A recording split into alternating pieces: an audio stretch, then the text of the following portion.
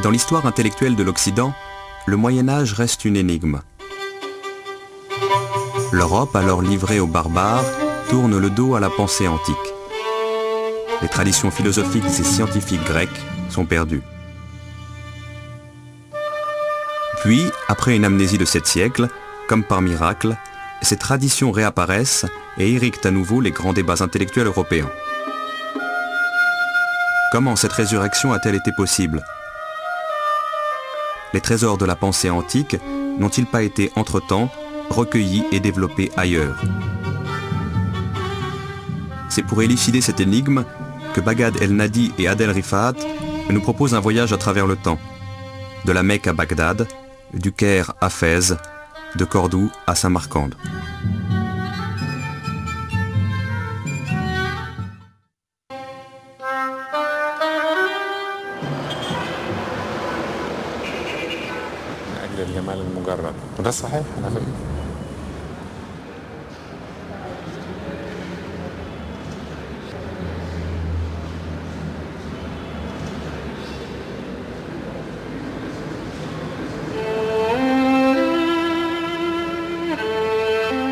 Des centres médicaux existaient dans les grandes villes de l'Empire romain.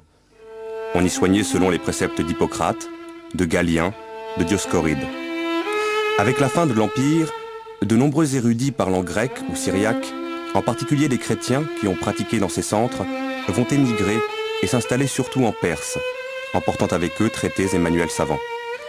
La ville de Gundishapur, au sud-est de l'Iran actuel, devient un centre d'enseignement théorique lié à des pratiques cliniques où se rencontrent des savants de culture grecque, syriaque, perse, hindoue et hébraïque. Avec les premiers califes abbassides, l'islam hérite de tous ces savoirs. Al-Mansour, qui souffre de douleurs gastriques, appelle auprès de lui Ibn Jibraï, un chrétien qui pratiquait à Gundishapur. Le fils de ce dernier soignera Haroun al-Rachid. 12 autres membres de cette famille soigneront 8 générations successives de califes.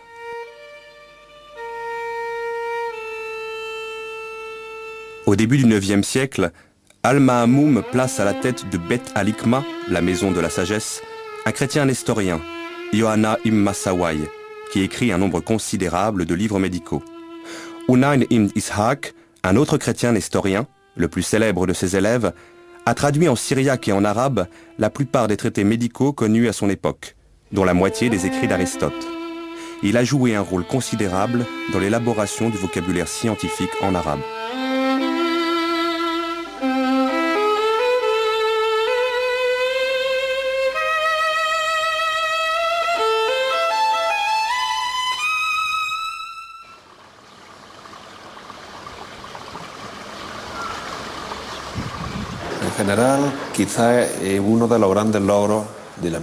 Peut-être que l'une des grandes réussites de la médecine arabe, c'est d'avoir su intégrer la médecine grecque et permettre sa diffusion jusqu'à la Renaissance. Ainsi, grâce aux Arabes, un grand pont de connaissances s'est établi entre le 8e et le 14e siècle. Ils ont eu cette curiosité de s'intéresser à la médecine grecque qu'ils ont assimilée et ensuite développée. Ainsi, grâce à eux, la Renaissance a pu découvrir la médecine de Galien, la médecine d'Hippocrate et la médecine gréco-romaine.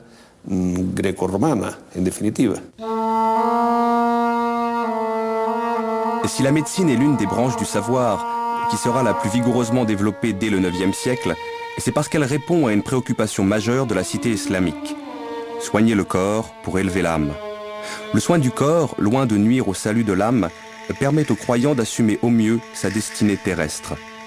Car c'est en s'impliquant pleinement dans chacun des actes de sa vie, avec ses sens comme avec son esprit, que le croyant s'ouvre à l'infinie diversité du dessein de Dieu. Dès lors, la notion même de santé englobe le physique, le psychique et le spirituel.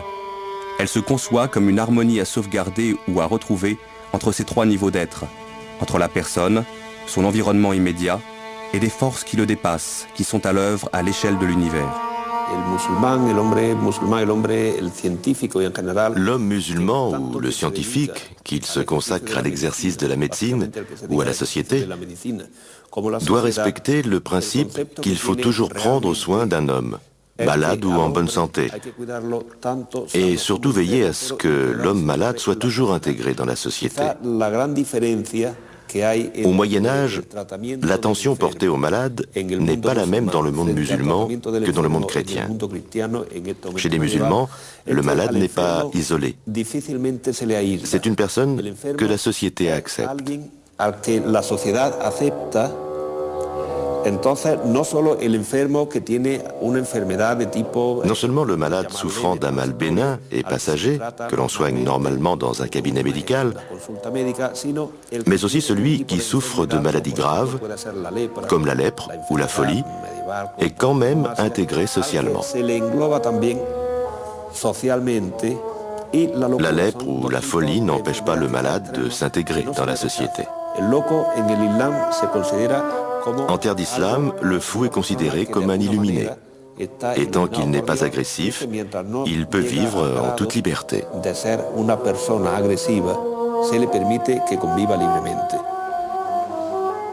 Une maladie, si vous voulez, pour un médecin arabe, c'est bien sûr un dysfonctionnement, mais ce dysfonctionnement doit être replacé toujours dans un individu en particulier et dans le monde dans lequel vit cet individu. C'est-à-dire que une même maladie frappant un homme ou une femme d'âge différent, dans des régions différentes, ne sera pas traitée de la même manière. Et le médecin doit prendre en compte tous les paramètres qui font qu'un individu est ce qu'il est et qu'il souffre de tel mal. Les Arabes sont naturellement conduits à s'interroger sur les relations existantes entre le corps et l'âme. Quand la passion amoureuse devient maladie, ça veut dire que c'est une passion amoureuse contrariée. C'est le seul cas qui rend vraiment désespéré et malade. Donc il y a à la fois des symptômes physiques, un amaigrissement, le teint qui devient cireux, jaune, et puis des troubles mentaux, enfin, un désespoir, parfois même un délire, etc. C'est le lien entre l'âme et le corps et qui passe par le cœur. Les passions, les émotions sont véhiculées par ce qu'on appelle le pneuma vital qui siège dans le cœur. Et ensuite, ce pneuma vital, donc chargé un peu, dont les qualités ont été modifiées par l'intensité des émotions, va dans le cerveau, où sont logées d'importantes facultés sensitives. Et c'est ainsi que la passion amoureuse peut rendre malade.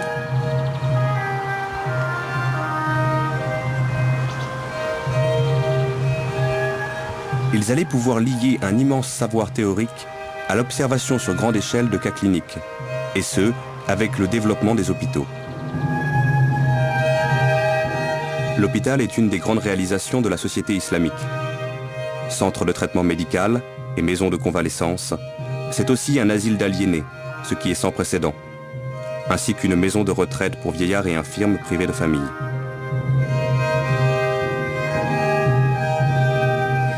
C'est enfin un centre d'enseignement théorique et pratique de la médecine.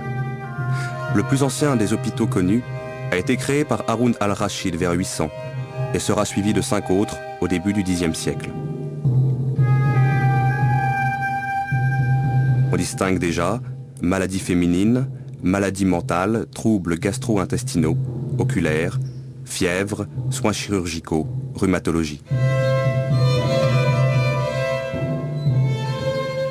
Bimaristan.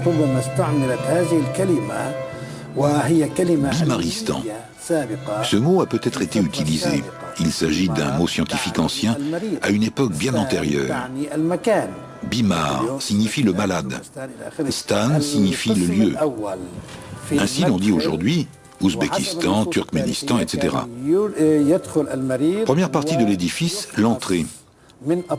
Selon les textes anciens, le malade entrait et était examiné par des médecins. S'il s'agissait d'une maladie simple, un médicament lui était administré, puis il rentrait chez lui.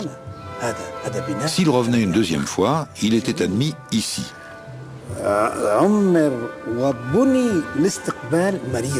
C'est un superbe bâtiment, très beau.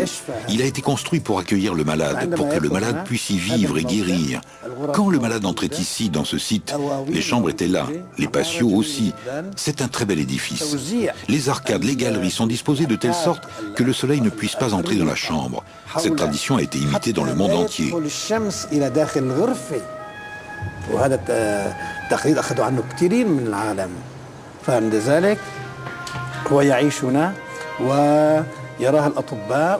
Le malade vivait donc ici, voyait les médecins, profitait du soleil, de l'air, mais il n'était pas en prison comme en Europe, où l'on mettait 5 malades dans le même lit et les lits dans une grande salle.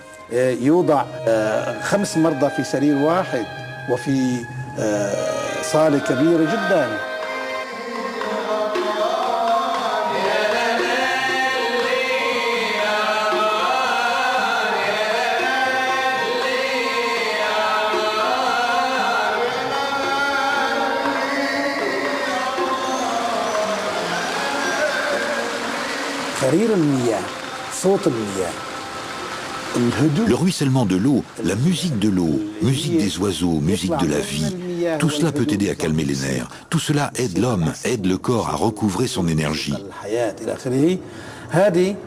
ممكن أن تساعد كلها على هدوء الأعصاب، تساعد على الإنسان، تساعد على الجسم ليعيد نشاطه وإلى آخره. بعد ذلك ننتقل إلى القسم الأخير واللي هو كما نترجم الآن. Nous passons à la dernière partie qui constitue l'équivalent de nos maisons de repos actuelles. Car dans les bimaristans arabes, le malade était soigné gratuitement, recevait des médicaments et avant de rentrer chez lui, on le gardait dans cet endroit pour mener une vie normale. On lui donnait de l'argent et des vêtements propres.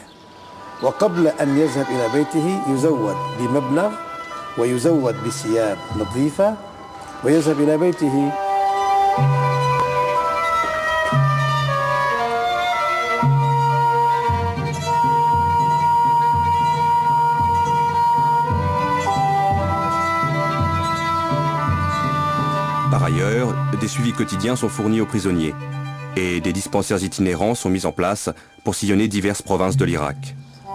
D'autres hôpitaux sont créés hors d'Irak, notamment au Caire, à Damas, à Kérouan et à la Mecque. Pour subvenir aux dépenses quotidiennes des bimaristans, les califes leur attribuent en général des biens, terres agricoles, boutiques, hammams, dont le revenu permet le fonctionnement régulier de l'établissement. La conception du bimaristan répond au devoir de charité prescrit par le Coran comme l'un des piliers de l'islam.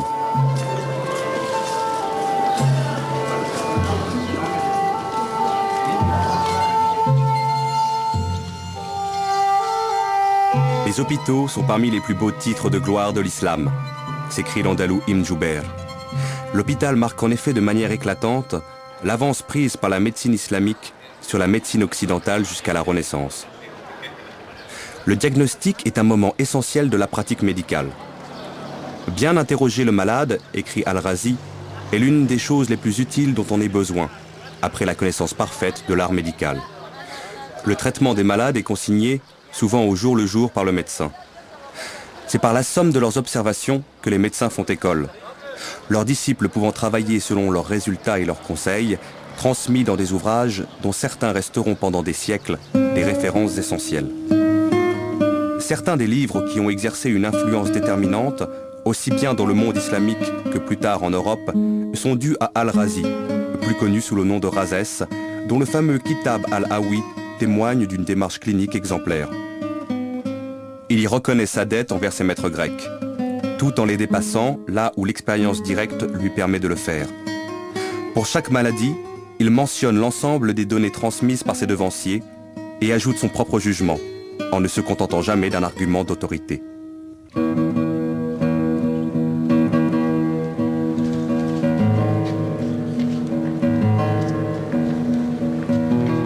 Les médecins viennent de toutes les régions de l'Empire. Ils voyagent, vont de la Mecque à Bagdad et de Cordoue à Samarcande, échangeant leurs expériences, enrichissant constamment leurs connaissances. Parmi les plus grands, outre Al-Razi, originaire d'Iran, Avicenne est né dans les steppes d'Asie centrale. Un musée lui est consacré, non loin de Boukhara, en Ouzbékistan. Il est universellement connu pour son canon de la médecine.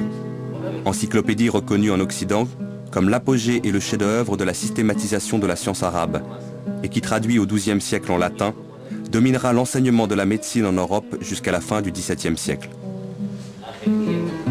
C'est une somme médicale, cohérente et organisée, rassemblant une littérature hellénistique, byzantine et syriaque, jusque-là fragmentaire, avec une mise à jour des connaissances à partir de ses observations personnelles.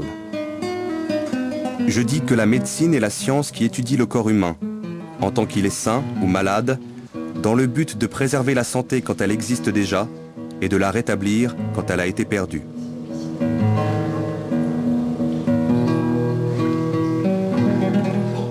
Avicenne, c'est celui qui a effectivement essayé de construire un enseignement de la médecine d'une certaine manière, de rassembler tout de manière didactique.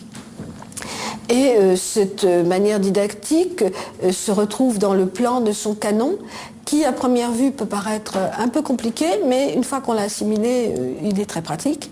Donc c'est un livre qui a lui-même 5 livres, chaque livre étant divisé de manière très subtile en sections et sous-sections.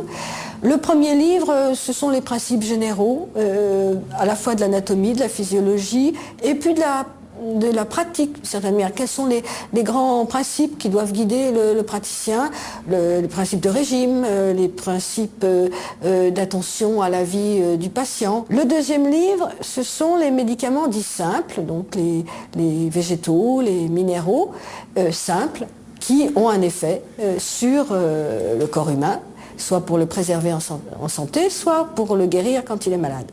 Dans le 5e livre, il y a une énumération donc des médicaments composés qui vont allier bien souvent un principe actif dû à leur vertu, à leur forme spécifique, à d'autres ingrédients qui vont avoir pour but de faciliter la pénétration de cette substance ou bien par la même occasion de rétablir un équilibre.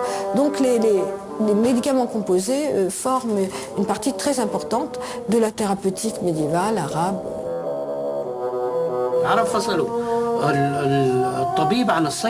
Les Arabes ont dissocié la médecine de la pharmacie. La pharmacologie devint avec eux une spécialité à part entière. Dès le XIe siècle, on trouvait des pharmaciens à Damas. En Andalousie, les choses avaient progressé encore davantage, puisqu'on y trouvait des gens qui ne pratiquaient que la pharmacologie. On cite dans un de ces bimaristans une pharmacie dirigée par un chef pharmacien, le cheikh des pharmaciens, ce qui suppose qu'il avait des aides pharmaciens.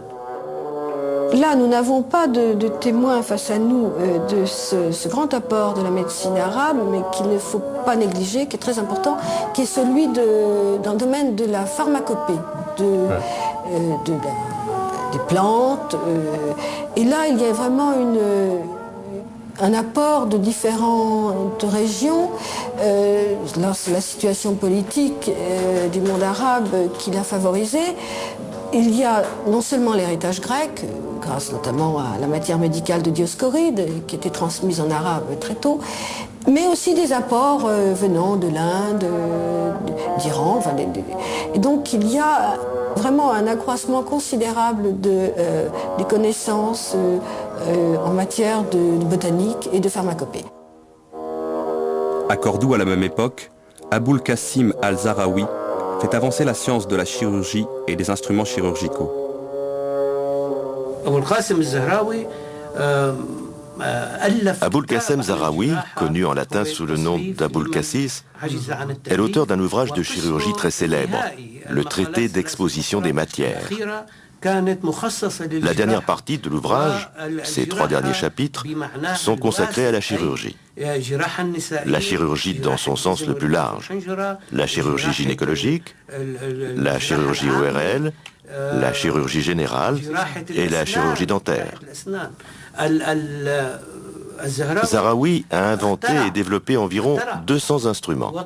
Je ne parle pas de machines, des instruments chirurgicaux que l'on peut trouver de nos jours dans les musées. Certains de ces instruments ont naturellement été améliorés et continuent d'être utilisés aujourd'hui. Leur structure d'origine est empruntée à ceux de Zahraoui.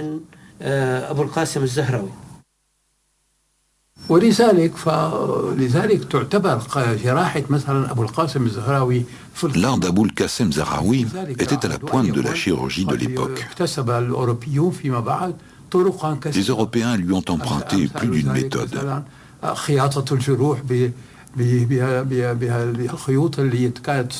Comme par exemple la suture à base de fils fabriquée à partir de boyaux d'animaux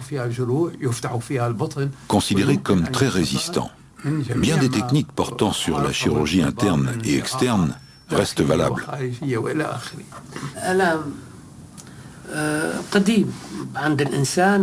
La douleur est aussi vieille que l'homme. Ce dernier a toujours essayé d'expérimenter les herbes. Par expérience, il a pu découvrir un certain nombre de plantes analgésiques.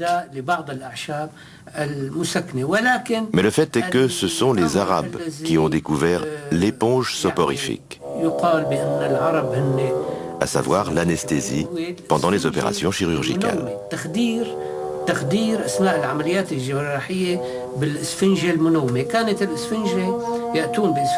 Ils utilisaient une éponge humide saturée de jusquiame blanche, d'opium, de mandragore et de toutes les matières somnifères connues. Ils la mettaient sur le nez du patient. Le patient, paraît-il, s'endormait et les opérations douloureuses pouvaient être pratiquées pendant son sommeil. Les Arabes ont également pratiqué la dissection. La dissection est la base de la chirurgie. Le chirurgien doit étudier l'anatomie avant de pratiquer la chirurgie sur l'homme. Aux Arabes revient le mérite d'avoir découvert des aspects anatomiques mal compris par les anciens. À titre d'exemple, la mâchoire inférieure. Les anciens disaient qu'elle était composée de deux parties séparées par une espèce de couture. Abdel Latif el-Baghdadi est venu contredire cette idée en affirmant, avec tout le respect dû à Galien, l'œil est plus sûr que l'oreille ou les récits rapportés. Nous avons vu de nos propres yeux dans les cimetières du Caire des milliers de mâchoires inférieures d'une seule pièce.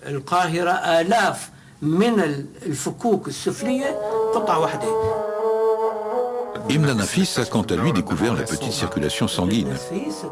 Il a contredit les propos d'Avicenne et de Galien, selon lesquels, entre les deux ventricules, se trouve une ouverture.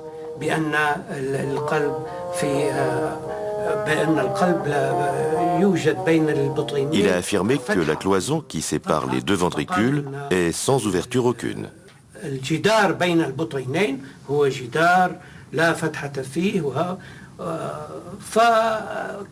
Bien d'autres erreurs ont été rectifiées par ces médecins. Nous voudrions revenir à la dissection. Était-elle soumise à des contraintes particulières? Et si oui, comment les Arabes les ont-ils dépassées?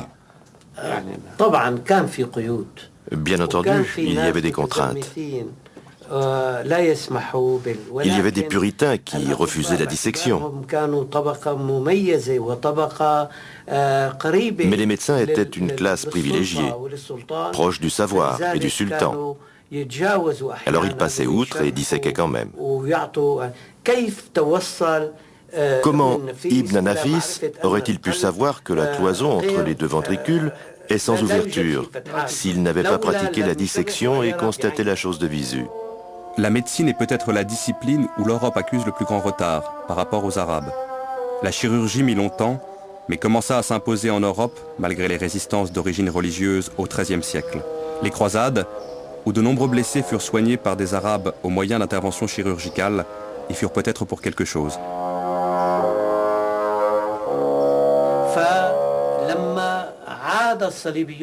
Lorsque les croisés retournèrent en Europe, après que les Arabes eurent récupéré la Syrie, la province de Cham, ils demandèrent au pape Innocent III de leur faire construire des bimaristans, semblables aux bimaristans arabes. Contrairement au bimaristan, où l'on s'efforce de guérir le patient en lui offrant des soins personnalisés, les hôtels-dieux d'Occident se contentaient de rassembler les malades sans avoir les moyens de leur procurer de véritables soins médicaux. Il faudra attendre la fin du XIVe siècle pour que dans les hôpitaux d'Europe, qui étaient d'abord des hospices, on note une présence médicale plus ou moins régulière.